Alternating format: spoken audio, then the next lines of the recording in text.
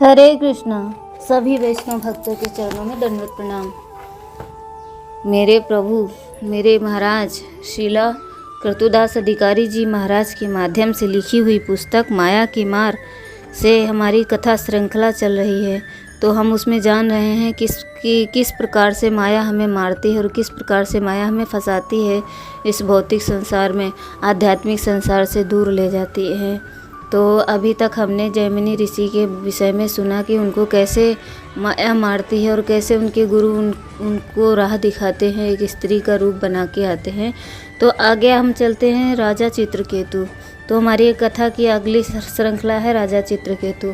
हरे कृष्णा। जगतगुरु शिल प्रपात की जय, अनंत कोटि वैष्णव भक्त वृंद की जय, गुरु महाराज की जय। राजा चित्रकेतु की 1 करोड़ रानियाँ थीं, फिर भी उनको पुत्र प्राप्त नहीं हुआ, जिस कारण राजा बहुत दुखी और निराश रहने लगे। उनके राज्य का उत्तराधिकारी चाहिए था, यही माया है। राजा की यह इच्छा और पुत्र न होने का दुख माया की मार थी। एक दिन अंगिरा ऋषि उनके राज्य में पधारे। उनका राज्य हर तरह से समृद्ध था, सारी रानियां बहुत ही सुंदर थीं। फिर भी ऋषि ने देखा कि राजा के मन में विषाद के बादल छाए हुए हैं। वास्तव में महान ऋषि अंगिरा सब जानते थे कि फिर भी उन्होंने राजा से इस दुख का कारण पूछा। राजा ने अपने दुख का कारण ऋषि को बताया। उन्होंने कहा, ऋषि से प्रार्थना करी कि ऋषि उनको कोई उपाय बताएं जिससे उनको पुत्र प्राप्त हो सके, उनके पूर्वजों को नरक में जाने से बचा सके। कर्म कांड में ऐसा कहा गया है कि पिंडदान देने के लिए एक पुत्र होना अनिवार्य है, परंतु यदि कोई कृष्ण भक्ति में है और भागवत धर्म का पालन कर रहा है, उसकी रक्षा भगवान स्वयं कृष्ण करते हैं। यहाँ तक कि उनके पूर्वजों के उद्धार के कारण भी वही व्यक्ति बनता है जो कृष्ण भक्ति में है। अंगिरा ऋषि को राजा के प्रति दया उपजी। उन्होंने एक ऐसा यज्ञ संपन्न किया जिससे पुत्र प्राप्ति के लिए खीर मिली। यह खीर ऋषि ने राजा को कहा कि आपको एक पुत्र प्राप्त होगा, उसका वो होगा जो आपके सुख और दुख का दोनों का कारण बनेगा। समय आने पर रानी ने एक पुत्र को जन्म दिया। राजा बहुत प्रसन्न था। उदाहरणार्थ, यदि किसी निर्धन व्यक्ति को बहुत कठिनाई से धन मिलता है तो प्रतिदिन धन के प्रति उसका आकर्षण बढ़ने लगता है। ठीक उसी प्रकार राजा चित्रकेतु आसक्ति भी दिन प्रतिदिन पुत्र की ओर बढ़ने लगी।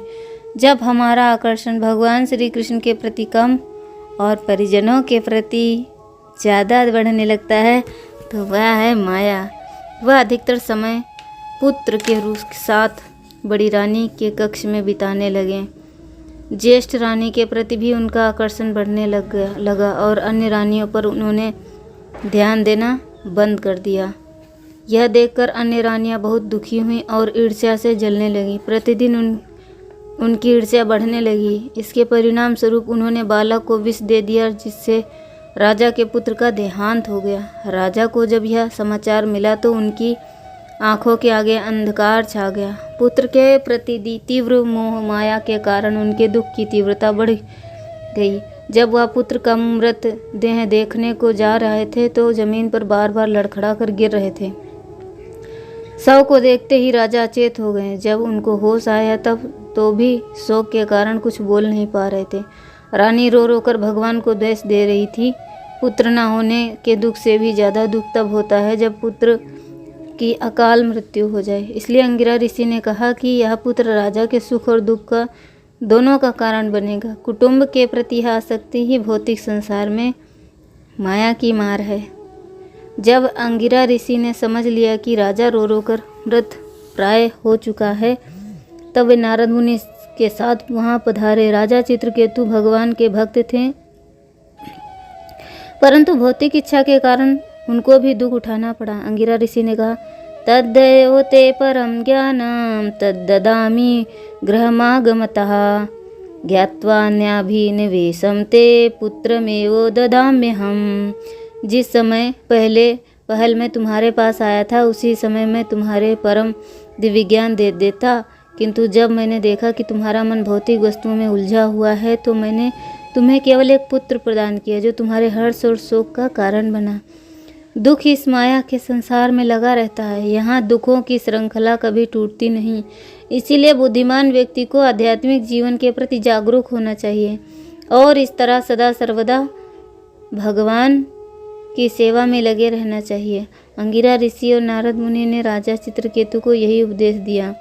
नारद मुनि ने योग शक्ति द्वारा शोकातुर स्वजनों के सामने मृत पुत्र को पुनः जीवित कर दिया और बोले, हे पुत्र, तुम्हारा जीवन अभी शेष है। देखो, तुम्हारे असमय जाने से तुम्हारे माता पिता के कैसे शोकातुर हैं। अब यहाँ बाकी समय बिताओ और पिता का राज सिंहासन संभालो। यह सुनकर जी बोला, जीववाचा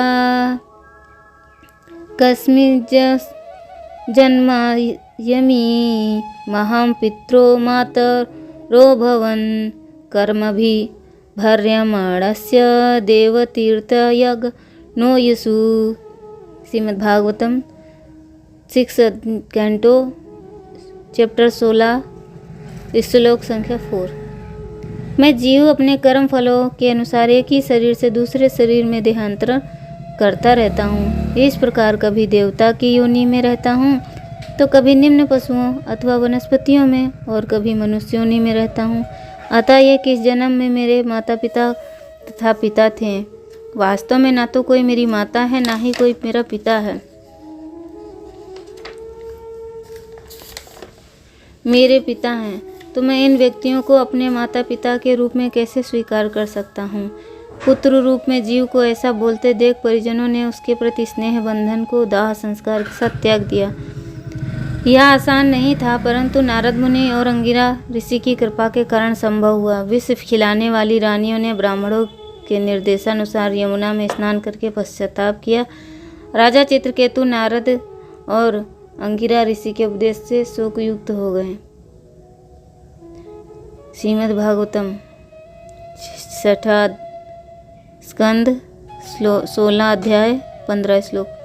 साहित्यं प्रति बुद्धात्मा चित्रकेतु दुर्जतिभिः ग्रहान्धकूपा निष्कान्तः सा परंका दिव द्वीपः।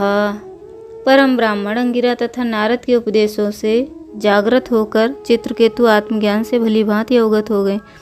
जिस प्रकार हाथी कीचड़ युक्त जलाशय से बाहर निकल आता है, वैसे ही राजा चित्रकेतु गृहस्थ जीवन के अंधकूप से बाहर निकल आए। नारद मुनि ने उनको मंत्र दिया। अपने गुरु मंत्र का 7 दिनों तक अभ्यास करने पर ही अंतिम फल के रूप में आत्मज्ञान हो उन्हें अनंत देव की शरण प्राप्ति हुई। इस प्रकार कोई भी व्यक्ति शुद्ध भक्त के उपदेशों के अनुसार और गुरु की आज्ञा का कठोरता से पालन करके माया के चंगुल से निकल सकता है, श्री कृष्ण का सानिध्य प्राप्त कर सकता है। तो हरे कृष्णा।